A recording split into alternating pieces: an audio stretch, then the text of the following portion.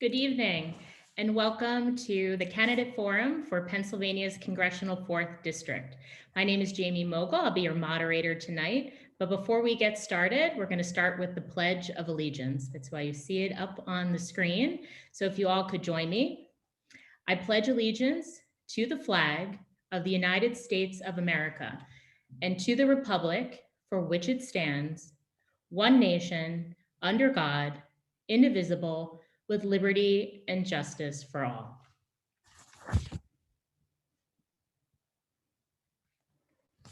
Good evening again. My name is Jamie Mogul. I'm Voter Services Chair for the Lower Merion Narberth League. And in conjunction with so many great other organizations like the NAACP chapters of Pottstown and the Main Line branch, as well as our sister league, the Abington, Cheltenham, Jenkintown Area League, we welcome you to the Congressional 4th District Forum tonight. And thank you so much to our candidates. We're going to get to their intros in a minute, but I'm kind of going to go over just how this all goes in this virtual world, because we're definitely living in a new normal. But it's great that we can reach out to you tonight and tell you about these candidates, give them a platform and let them speak to you so that you can cast an informed vote. The League is a nonpartisan organization.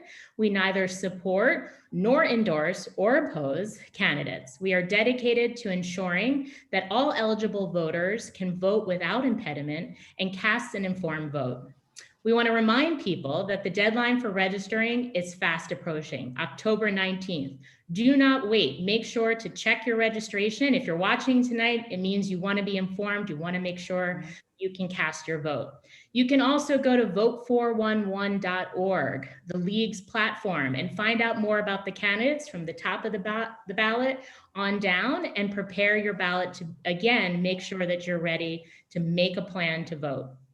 And I want to give a special acknowledgement. It's great we have two ladies running in this race because it's the 100th anniversary of the League of Women Voters and the ratification of the 19th Amendment. Please consider joining the League and the NAACP branches in your area. We can't do it without members to bring programs like this to all of you. And as you know, we've joined during the web. It's a different time that we're living in Corona. We are in the midst of a pandemic, and we do want to make a special salute to all of our first responders. And that's everybody on the front lines, from nurses and doctors to even our grocery clerks that are making things work for us and to save lives. We definitely salute you. So we're not in an auditorium, and usually I would say to hold your applause between questions, but you're at home. Clap away, clap for the candidates. They're here tonight. They're given a forum to make sure that they can speak to you. Tonight's format will follow a similar procedure to that if we were live. And we've already had a rehearsal with the candidates' campaigns. And so we've flipped a coin on the order for the opening and closing. Each candidate will have 2 minutes for an opening and 2 minutes for a closing. And then we'll go into the question and answer. And we've had hundreds of questions submitted from you all. So we'll try to get to as many as we can. Each candidate will have 90 seconds to answer the question, and they will have 2 chits, which is additional time of 30 seconds to either add on to their answer or respond to their opponent. And they'll visibly raise their hand so that our timer in the background can know that they want to do that. So we ask that you listen, and as I said, don't hold the applause to the end. You're at home, be engaged. The entire forum is being recorded and will be available on our YouTube channel. And as the candidates know, it is not to be used and spliced and diced and edited for partisan means. It's to inform voters and must be used in its entirety, and will also be given to public access television like the Mainline TV network. So without further ado, we have our candidates. We'll get right to it. We have Congresswoman Madeleine Dean, and she's agreed that I can call her Mad. And then we have the challenger, Kathy Barnette, who's also agreed that I can call her Kathy, so that we can get going on this forum. We will begin with the opening statements, and this has been agreed upon. Kathy will go first, and then Mad, and then we'll get right into the question and answer.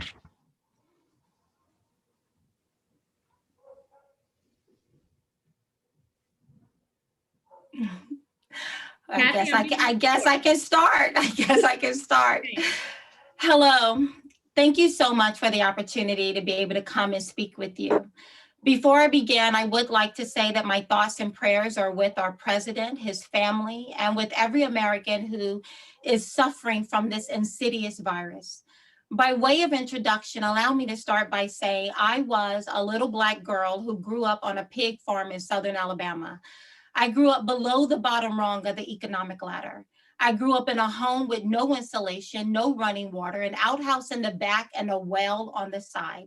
But because no one told me I was a victim, I became the first in my family to go and finish college. I spent 10 years in the U.S. Army Reserves, where I was accepted into officer candidacy school. I spent time in the financial industry, worked in corporate finance, an adjunct professor of corporate finance, and I speak to millions, and I've authored my first book. From a pig farm to now a candidate running for Congress. This only happens in America. I believe my story represents all that is good about this country. But make no mistake, our country is in trouble and we have a lot of work to do. The Chinese government must pay for allowing a local virus to come to our land. We must get Americans back to work again. We must get our children safely back in school again. And we must create a culture where simply uttering the words law and order is not equated to a racial slur. I am running for office because I believe we can do better.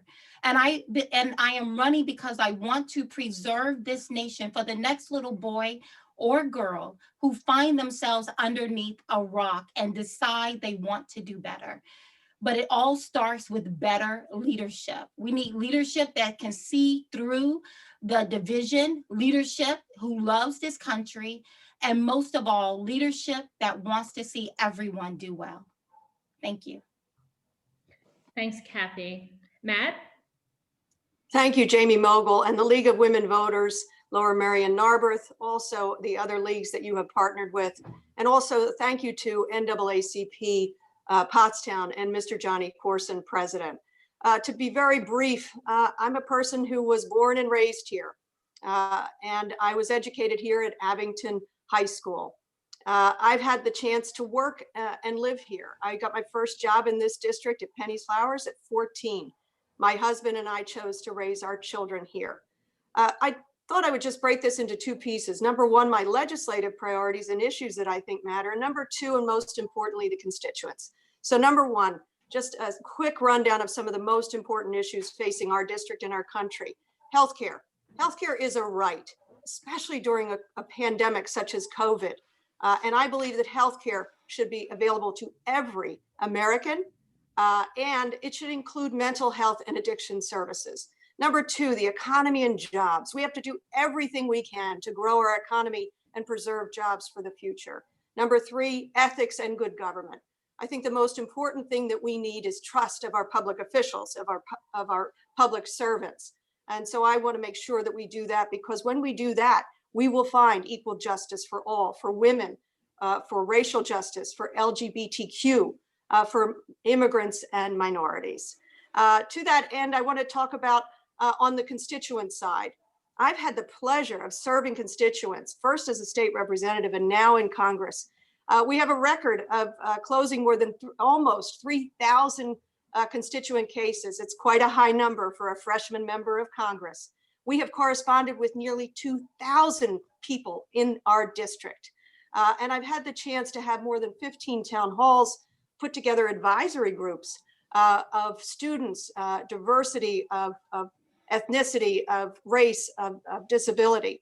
So it's a privilege and an honor to serve, and I thank you for having us tonight. Well, thanks so much to you both. And I think this will be really exciting to hear from both of you on a lot of key issues that I think are impacting our district. I want to just say, if you need me to repeat the question in between, don't hesitate to ask, because some of them are, yeah? I have a word from my team that the feed went out on me. Is that correct? Yeah, we are in a bit of technical difficulties. However, I want everybody to know who's on this right now, we are recording this as well, and we'll share this so we have a backup. Technology is a blessing and a curse, but we are still recording. So we're going to continue and go on and make sure, even if it's on a live feed, don't worry, we will be posting this so people can hear from you all. Okay. Thank you so much. Thank you. Okay. Thanks for letting me know. All right, so it is alphabetical starting. So we'll start with Kathy answering first, and then we'll go flip-flopping. So we'll get right into it. We've talked a lot about COVID. So what do you see as solutions for families, particularly moms, struggling to keep their jobs when schools are closed? What do you think the country needs to do to control Corona? Yes, well, as it relates to COVID, and education, I believe parents have spoken very loudly and across our district on the fact that they overwhelmingly voted when the school district allowed them the opportunity to do so, that they wanted their children to be in school and to have in-person learning. For whatever the reasons, administrators chose to either go hybrid or to go 100% virtual. I see that as a very privileged position to take because many people do not have the ability to work from home. And as I travel throughout this district, I have spoken to people who have had to make some very difficult decisions. They are being placed in between a rock and a hard place on whether or not they're going to leave their children vulnerable at home alone or quit their jobs. That's a very impossible position for many people. I understand. I grew up very impoverished, and I understand the cost and the differences that people have to make. You know, one of the things I've also noticed as I've dove into this position here is that there is a huge academic performance differential in this district and the second wealthiest district in the state of Pennsylvania, or the second wealthiest county in the state of Pennsylvania. And there are a number of children, primarily minority children, that even before COVID, you saw this differential take place. Now with COVID, I'm fearful that those little children will never find a way to bridge that gap. Thank you, Kathy. And I'll turn it to you, Matt. Thank you, Jamie. Let's just frame the issue. We have in this country now more than 7 million people infected with this deadly virus, sadly, including our own president and first lady and many of his team. I pray for them and their speedy recovery. We need leadership, but we haven't had full leadership. And that's why we are in the position we're in, with more than nearly 210,000 people dead from coronavirus in our country. It didn't have to be this way. You're absolutely right. This is intimately connected with moms and dads who want their children to be educated. It's the number one thing that we wish for our children, an education so that they can move forward. So what did we do in Congress? We passed legislation that said, number one, we got to get our arms around this disease, and we have to do what we can to mitigate the spread. Wear masks, social distance, wash your hands. We have to do that until we get therapies and vaccines, and our companies are working robustly to do just that. My own mother-in-law died of COVID in May of this year. I'm among hundreds of thousands of families in this country who is dealing with this loss. The only way to deal with it is, number one, respect the science. And that's how we will get our children safely back in schools. I'm a mom and a grandmother. That's exactly what I want. But the only way to do it is through incredible leadership from the top and all the way down through government, and make sure that our children can safely return to schools so mothers and fathers can safely return to their work. Thank you. I'm sorry, I can't hear you, Jamie. You're on pause, so I'm assuming you're saying I can speak. Yes, I am. Yes. Okay. Awesome. I thought that was very interesting of what my opponent just said, because I too believe we must follow the science. And one of the things we're finding right now out of Brown University, who collaborated with a number of different schools, over 46 different states, information coming in from that. And what they found is that the science is showing that teachers and students are contracting the virus at less than 1%. At less than 1%, the science is on our side. And when we talk about listening to the science, if you remember back in January 14th, it was the WHO who told us that that this virus, that there was no human to human transmission, only to be reiterated by Dr. Fauci a little bit later on. And it was President Trump on January 31st who ignored both WHO and Dr. Fauci and decided to close the border with travel from China to the United States. He followed the science and he ignored what the WHO and Dr. Fauci was saying, while at the time Democrats were calling him a racist, a xenophobe, and marching in Chinatown. Okay, thank you. And just please be aware, of time. I'm sorry the timekeeper didn't come up. For those additional ones, you have 30 seconds, okay? So I gotta yeah, I gotta make sure the timekeeper will get the 30 seconds on there. So we're gonna flip the questions, and now Mad, you'll be first for this. We're gonna stay with COVID and the struggling economy. Somebody said here, as a small business owner dealing with a struggling economy recovery, I am concerned that our loss of business will continue into the new year.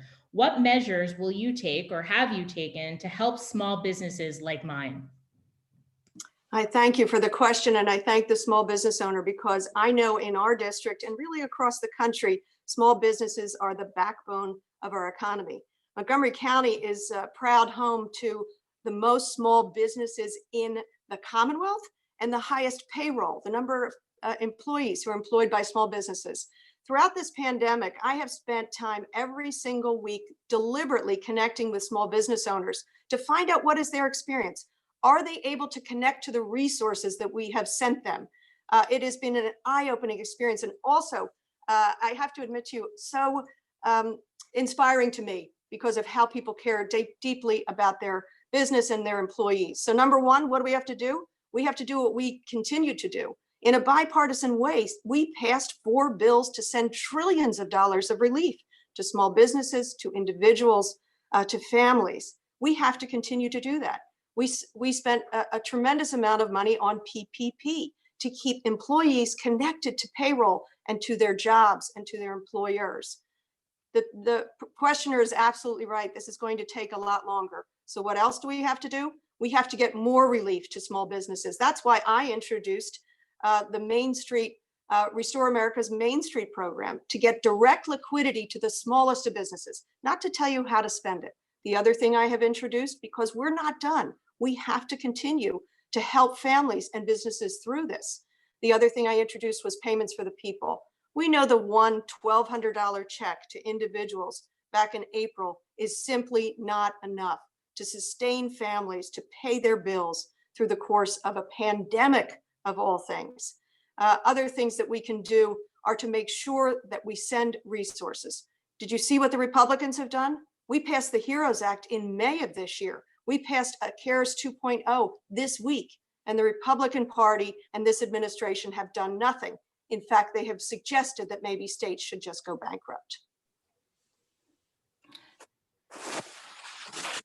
My opponent is correct that they did create, the Democrats in the House did come up with the HEROES bill. And of course, we all know that it was filled with a lot of very foolish and unnecessary line items in there. And so then they were asked to go back and to work on it again. Just recently, my opponent and her fellow members in the House have reduced that bill by a little over $1 trillion. And guess one of the line items that they have deleted? They are reducing the funding. They're defunding the police by $600 million. That's a non-starter of an issue. Yes, there are so many people all throughout our district that is in need of relief and in need of relief now. But instead of coming to the table with good intentions and coming to the table and creating a plan that will actually have the possibility of moving out of the House and through the Senate and onto the president's desk, they are intentionally creating bills that they know will go nowhere. And whether they are creating those bills to give us that illusion that they're working, when in fact they're not really working. Because when you start with the HEROES bill and then you reduce it by $600 million, and you're specifically defunding the police, the money that is used to assist police officers with purchasing protective equipment, hiring, training, and the likes, that's a non-starter. I'm not making this up. That's a fact. All right, great. We're going to move on and change topics because there's a lot to cover. And I know people are trying to watch the YouTube stream, but again, I want to make sure that you all know we're going to continue because we're recording this to make sure people can see this. And we already have a nice dialogue going. So I'm going to continue. The next question, and Kathy, that'll be you first. Recent months have seen racial unrest in our nation and here in Pennsylvania. What do you believe the role that you would play if you became a congressperson is in addressing the root cause of such discontent?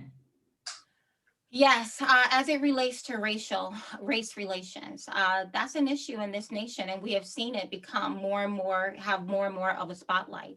Listen, in 1863, our nation put forth the Emancipation Proclamation, and Black people were free but not equal. And then we moved 101 years later before we got to 1964 and the Civil Rights Bill, and it put us on the path towards equality, but we have not fully arrived being fully equal in this nation.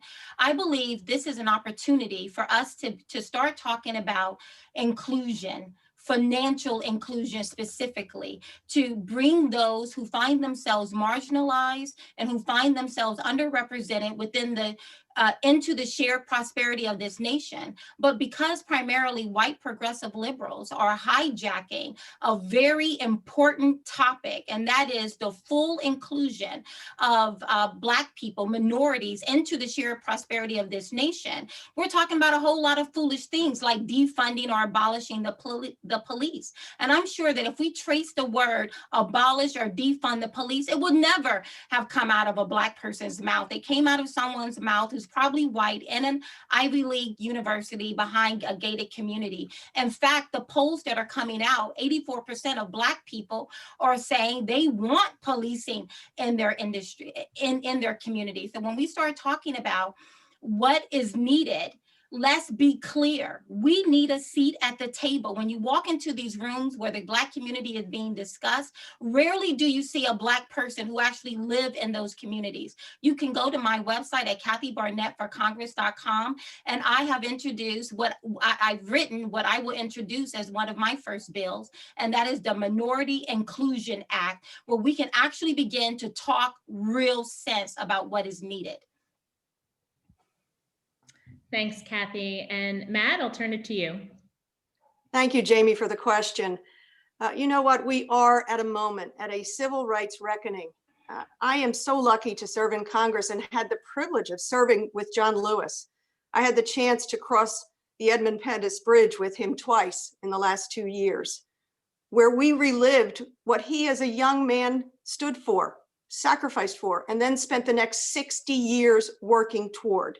At great risk to himself, he could have died on that bridge. He was badly beaten and didn't know if he would live. I had the chance to serve with this civil rights icon.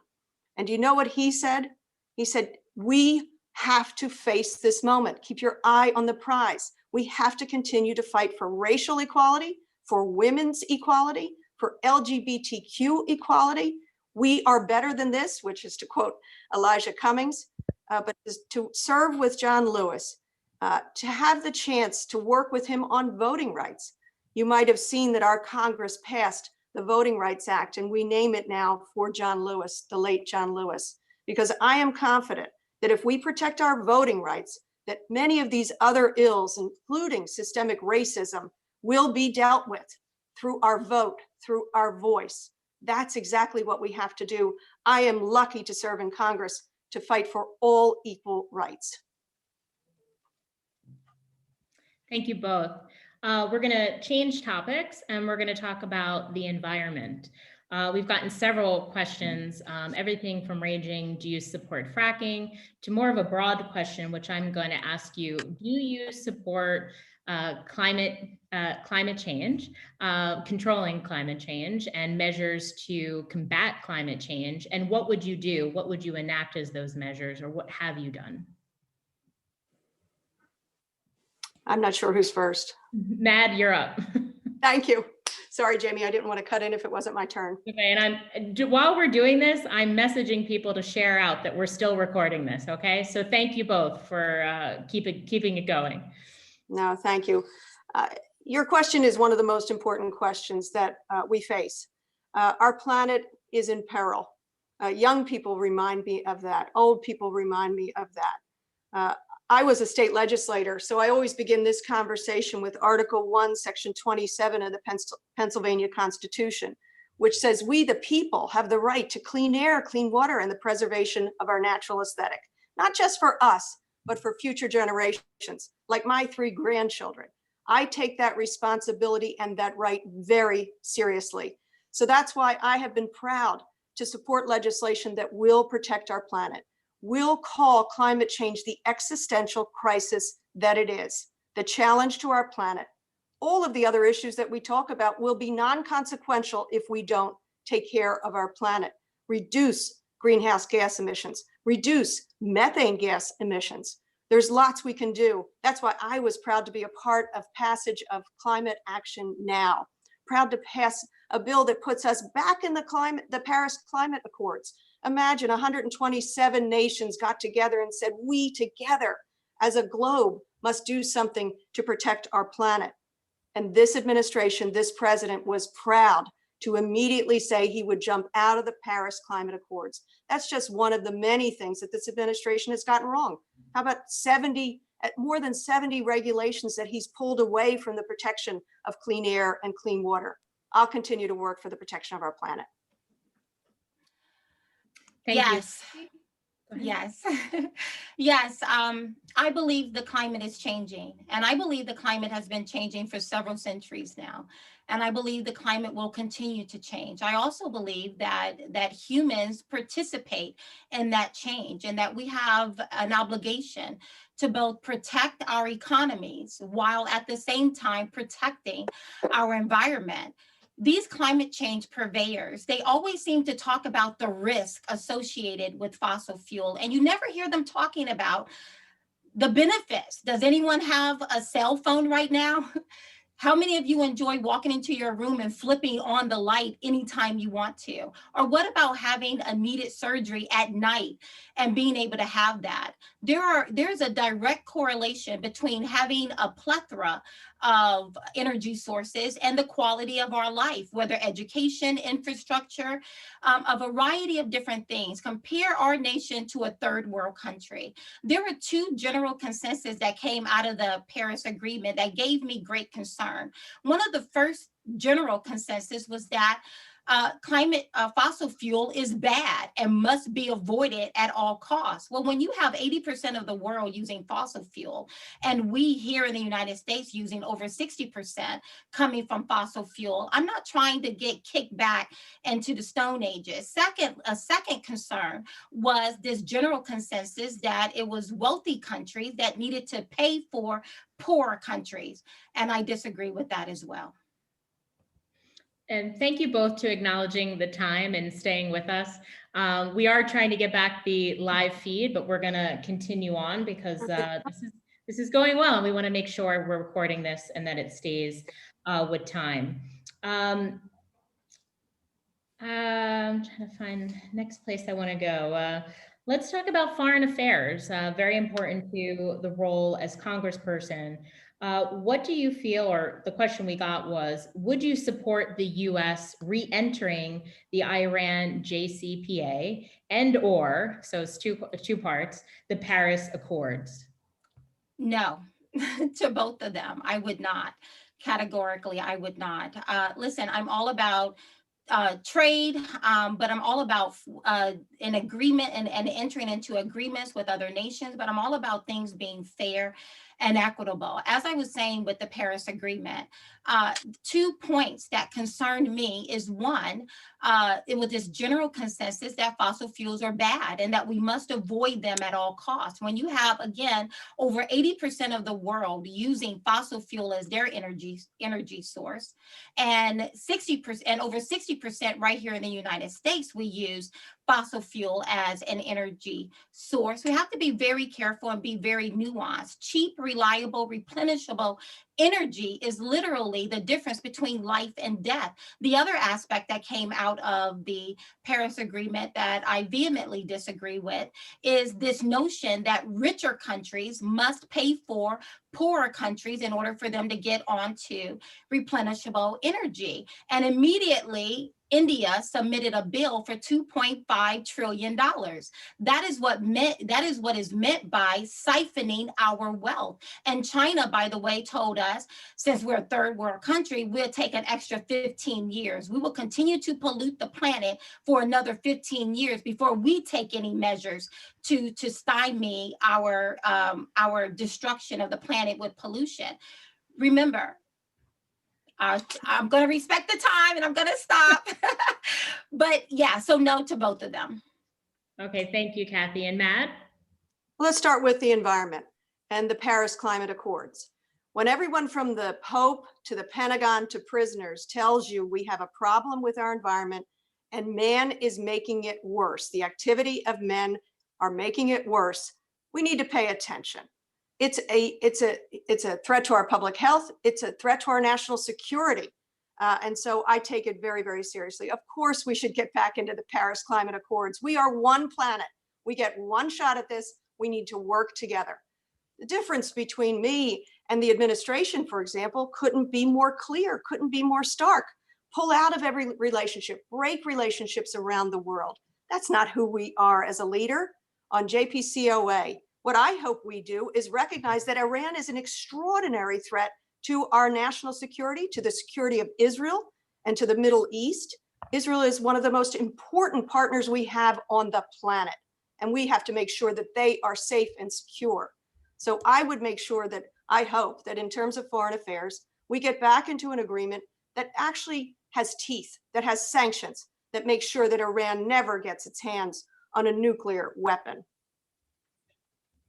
Thank you both. And so in the background, in addition to all your great questions, we are doing the tech side of things and are hoping to go back live, but I'll repeatedly let people know, and it's nothing to distract you both, but to let people know that we are recording this in full and we'll be posting it for everybody to view so they can see both of your great answers.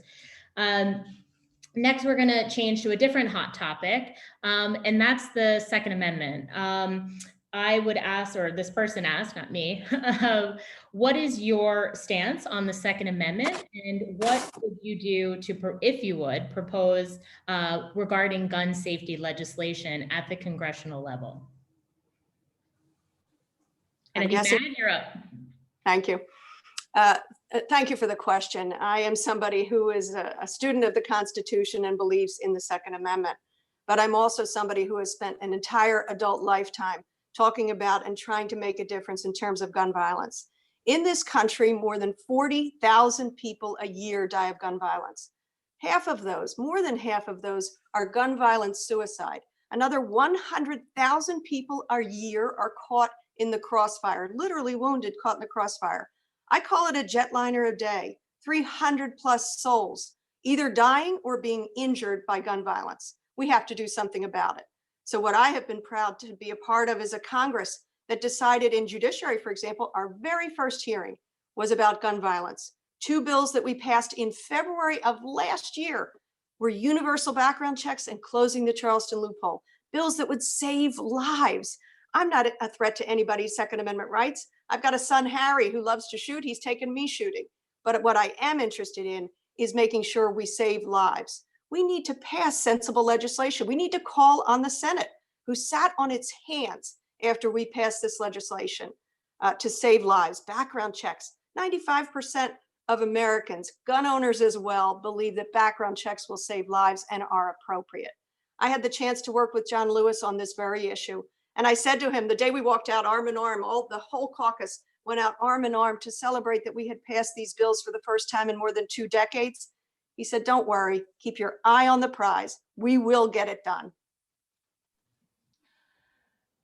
Yes, I'm gonna go. Okay, great. I believe that a firearm is the great equalizer between me as a woman and someone who is much bigger and much stronger than myself. I also believe that a firearm is a great equalizer when the mob is standing outside of your front door.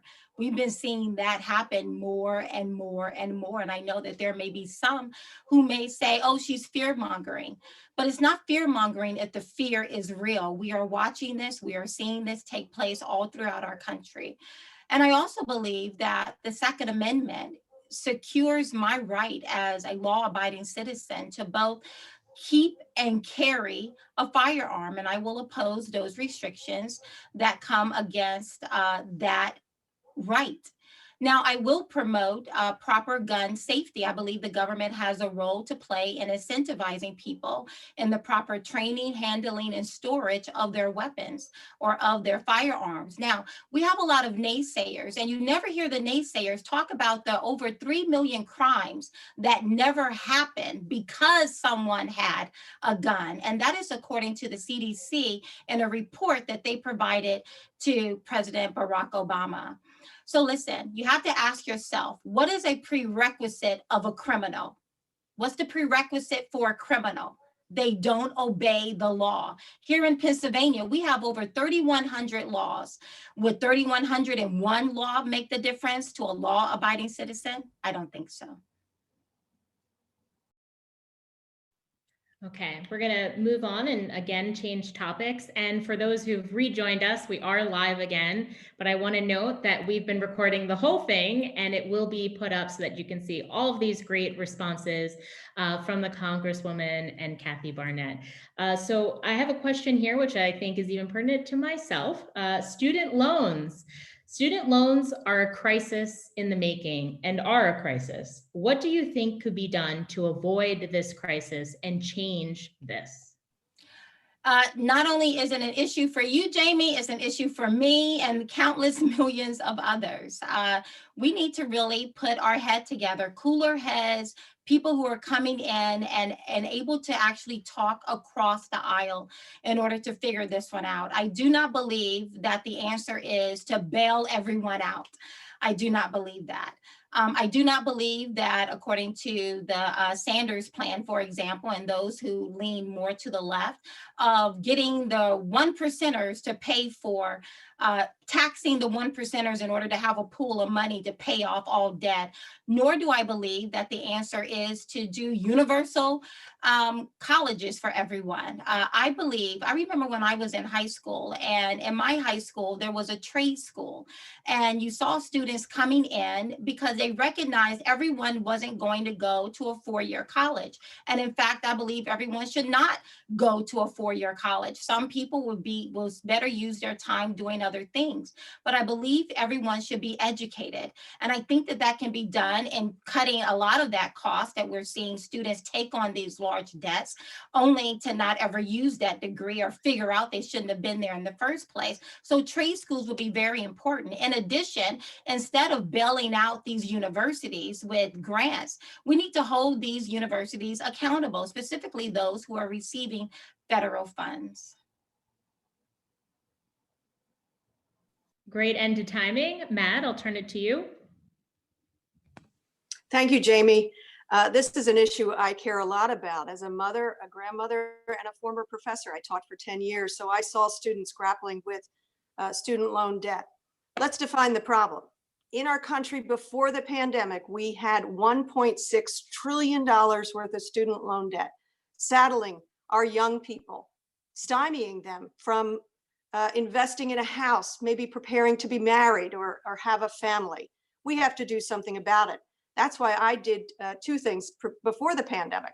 I introduced, along with Andy Levin, we reintroduced the America's College Promise Act, which would offer a free college for community colleges, as well as technical training, as well as historically Black and universities and colleges. I think education is the key to our economic future. How we educate our kids will determine not just their future, but our own. That's why I am proud to support and sponsor America's College Promise. Now, as a result of the pandemic, more and more students are falling into default because through no fault of their own, they're not able to work.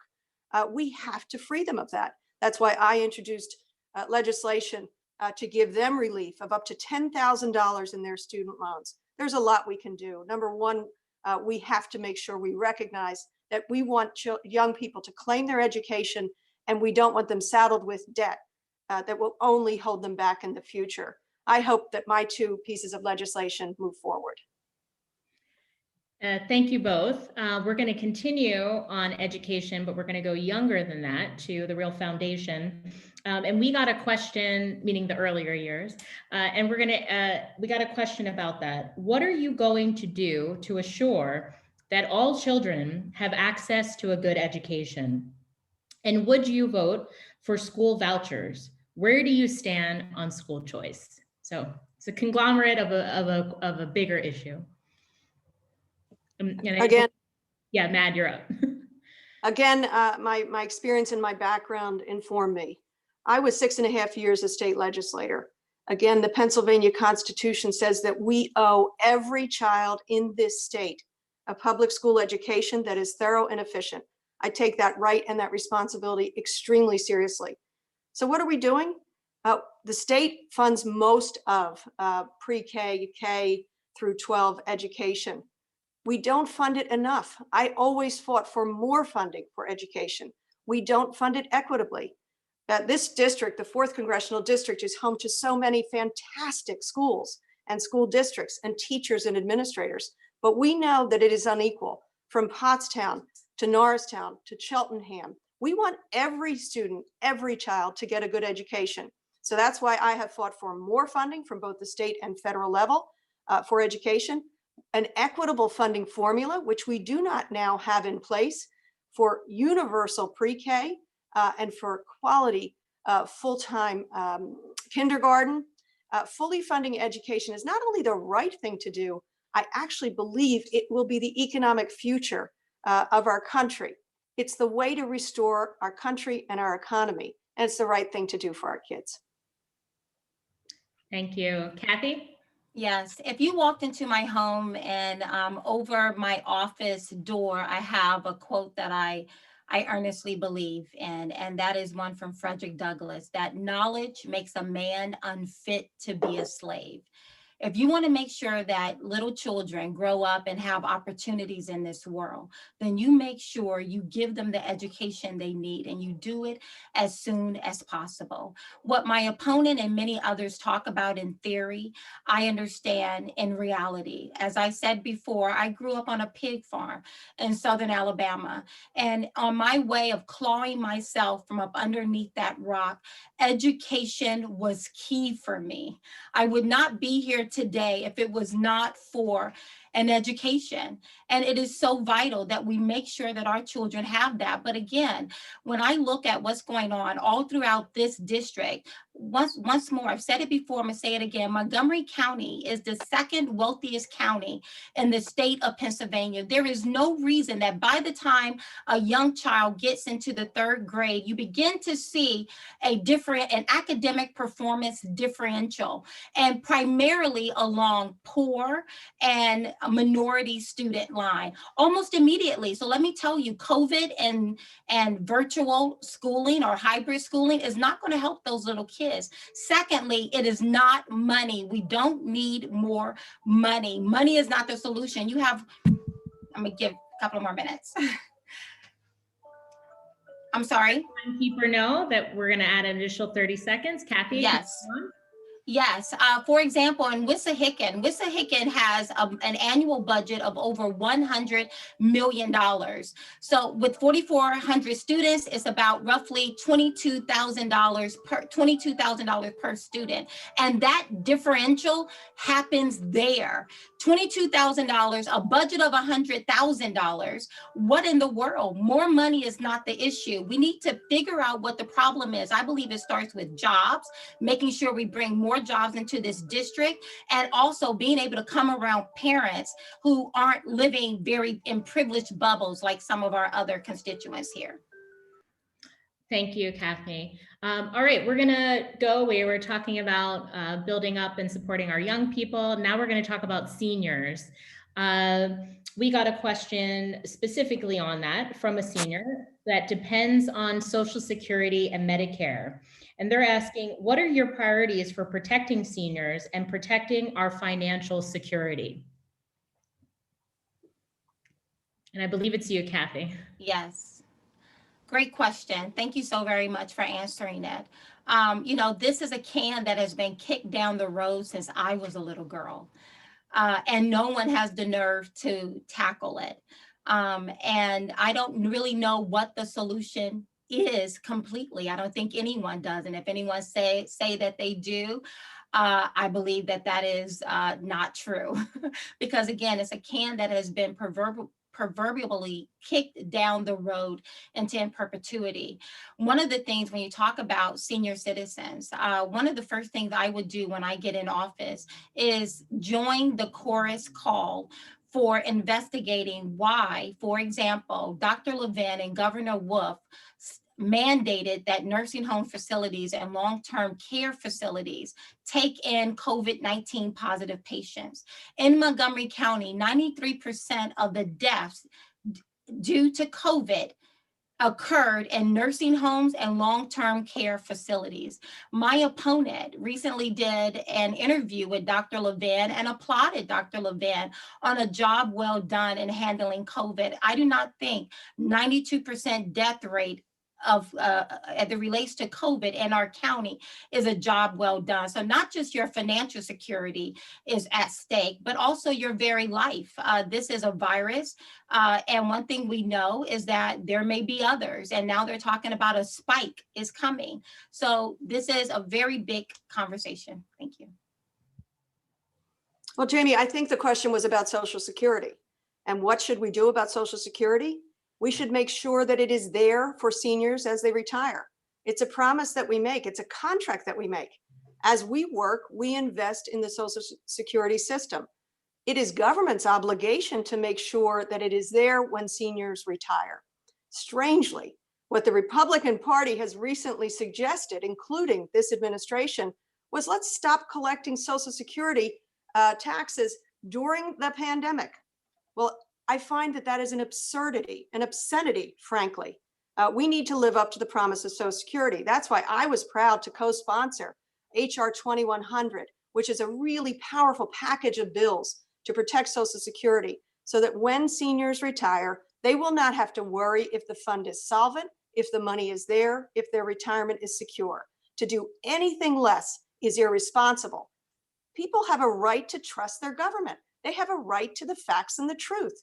They have a right to us managing Social Security appropriately and fully funding it. If we don't do that, then how do we live up to our Medicare promises? How do we live up to those seniors who need the support of Medicare as they go into the nursing homes that Kathy Barnette was just talking about?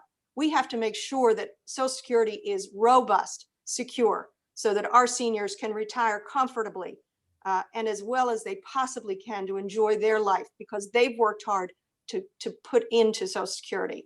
HR 2100 is the way to go. All right, thank you. I can't believe we're already getting to 6:20. I want to note again, we've been recording on Zoom and we will be sharing out this full great forum that we've been doing. I know there's some glitches. I can't control technology. We're all living in that world now, but this is really going great and we're going to continue on through the total time. And thank you both for being amenable to that. So we got a question here, and I think this is a pretty broad one, but I think can tell us a lot about both of you. And that is, what do you think is the most important issue facing our district? And what would be your plan to deal with that? Jobs. Jobs. I just sat down not too long ago with about 32 different manufacturers in the Pottstown area. And they told me two things, and I was quite amazed. I thought there's so many things that we can talk about as being issues that they would want their next congresswoman to focus on. And they told me two things. One, China, making sure that they get fair and better trade deals. Do you really think someone who has received the bulk of her family's wealth by using sweatshops in China is going to hold China accountable for the unfair trade practices that has gone on? The second thing they talked to me about were trade schools. They have jobs, but they need people to fill those jobs. And additionally, we have Mercs here. If this virus has taught us anything, it is the fact that we need to bring back the manufacture of our critical medical supplies. We also need to begin to incentivize corporations to diversify or decouple their businesses out of China and begin to bring those jobs here. We don't need another program. My opponent is really big on creating what I call welfare programs. She doesn't call them welfare programs, she called them stimuluses. But we need to get the governor to get his foot off of our throats so we can get back to work and start opening up our district again. Thank you. I'm going to turn over to Matt. I really appreciate the question because I have the chance to talk every single day with my constituents. And there are two areas that I would want to focus on. Number one, it is that people are worried about their lives, their livelihoods, and the life of our democracy. That's something that is on the ballot this election cycle. The other thing that people are interested in, they talk to me about all of the time, is equality. What are we going to do to make sure every person has a chance? Those who are minimalized, those who are poor, those who are marginalized. Ruth Bader Ginsburg, Justice Ginsburg, recently died, and she thought that her job was to make sure that the use of the Constitution and the laws of this land were for everybody, to lift everyone, to make sure that the marginalized were treated with equal justice. Another issue that my constituents care deeply about are women's rights, our abortion rights, our healthcare rights. It's a critical time in our economy. We have an administration who has spent the last 4 years in court trying to tear down the Affordable Care Act without a single plan to replace it. My constituents are smart, and they know that's the wrong way to go. We do not want to strip healthcare from millions of Pennsylvanians and millions of folks across this country. So it's our lives, our livelihoods, the life of our democracy, the rule of law, equality, and justice. Thank you. And right on time there, Matt. Thanks so much. And thank you both. Fine. I got one right. you got the timing. Well, I think you both did great on the timing, and it allowed us to capture so many great topics and hear your priorities, your platform, what you would continue to do or do for our district. I want to note again, for those who cut out on the feed, we are recording all of this and it will be played back, so I'll probably sound a bit like a robot, but this is all part of the tech world we're living in now. So we're already toward our closing statements. Just a reminder to the candidates, you have 2 minutes each. Those 30 seconds, they're done now. Kathy used hers. Mad, you didn't need them, I guess. So we go to closing remarks, and we're gonna have Mad go first with her 2 minutes, and then we'll turn it to Kathy, and then I'll wrap it all up and remind people that they should be voting. Well, again, Jamie, League of Women Voters, NAACP, and those who are viewing this, I thank you for taking this election so seriously. I thank you for the privilege of serving the 4th Congressional District. It is an honor to serve as a freshman. How lucky am I to serve the place where I grew up and raised my own family. You know, this wasn't always meant to be. 2 years ago, we didn't have the 4th Congressional District. It was because of the Pennsylvania Supreme Court finding that the old gerrymandered districts were so unconstitutionally, palpably gerrymandered that they said Montgomery County and Berks County needs a fair seat at the table. So I thank that rule of law as coming forward. I've traveled throughout this district, and whether it's from Boyertown to Brenathan, from Lower Moreland to Lower Merion, to Pottstown to Phoenixville, from Collegeville to Cheltenham, from Green Lane to Glenside, This is one of the most dynamic, diverse districts that there ever was. I am so lucky to serve as the Congresswoman for this district. And why is that? Because of the diversity that is here, because of the opportunity that is here. We are one of the most important districts in this entire Commonwealth. It's beautifully diverse, filled with people who want decency and compassion in their public servants, who believe in the promise of America, who want the rule of law protected, and who want their government to be trustworthy. All they want is a chance for a brighter future for their kids and their grandchildren, just like mine. So I'm going to give a final shout out to Aubrey and Ella and Sawyer. My public service is inspired by you, and I thank the 4th Congressional District for giving me this chance. Thank you, Matt. And I'll turn it over to Kathy for your 2 minutes, and then we'll call it a night before the Eagles game. Oh, look at that. Thank you so much, everyone, for giving me the opportunity to be able to come and to introduce myself to you and to tell you my vision for this nation. As you've seen throughout our time here, there are a number of significant differences between my opponent and myself. My opponent has talked a lot about growing up here in this wonderful district. And I have to ask you, what exactly has she done for you in these past 2 years being in Congress? How exactly has she brought jobs here? I go from one end of this district to the other, and routinely, almost every single time, people are asking me, who are you running against? That's a problem. They call her and there is no answer. Let me boil this down for you. My opponent is for federalizing local zoning. She wants to federalize local zoning. She wants to federalize policing, federalize healthcare, federalize education. In essence, my opponent and her Democrat colleagues want to federalize our lives. But I want something different. I want us to be able to preserve this nation for the next little boy or girl who find themselves underneath a rock. I want to make sure that we get jobs back to this nation. That is what matters to us, not another program. I've already talked about the Minority Inclusion Act. That is what Black people need. We need a financial inclusion. We need to be brought into the shared prosperity of this nation. We need to begin to eradicate these different particular walls. Listen, I am tired of the division.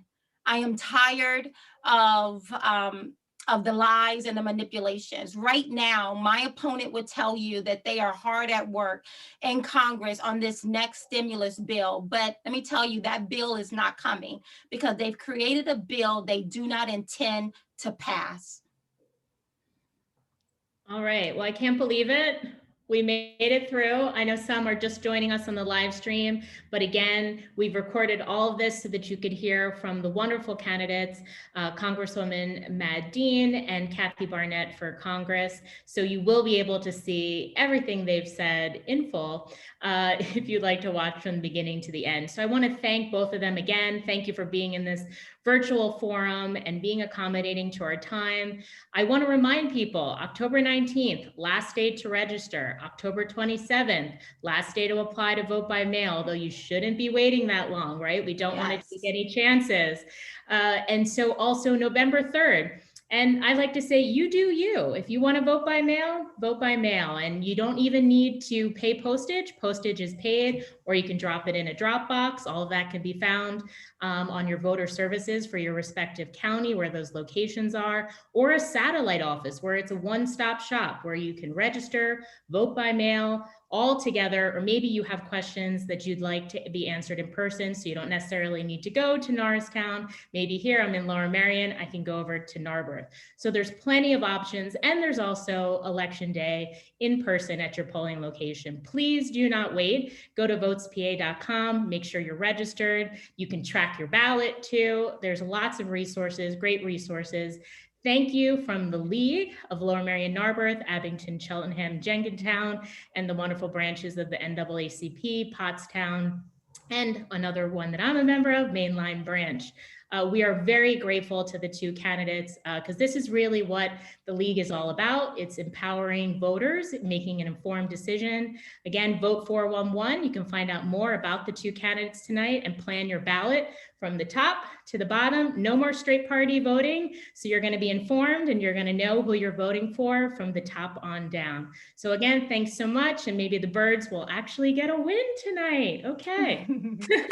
So Thank you, Jamie. thank you so much to you both. Okay. So we're going to stop recording here and everybody.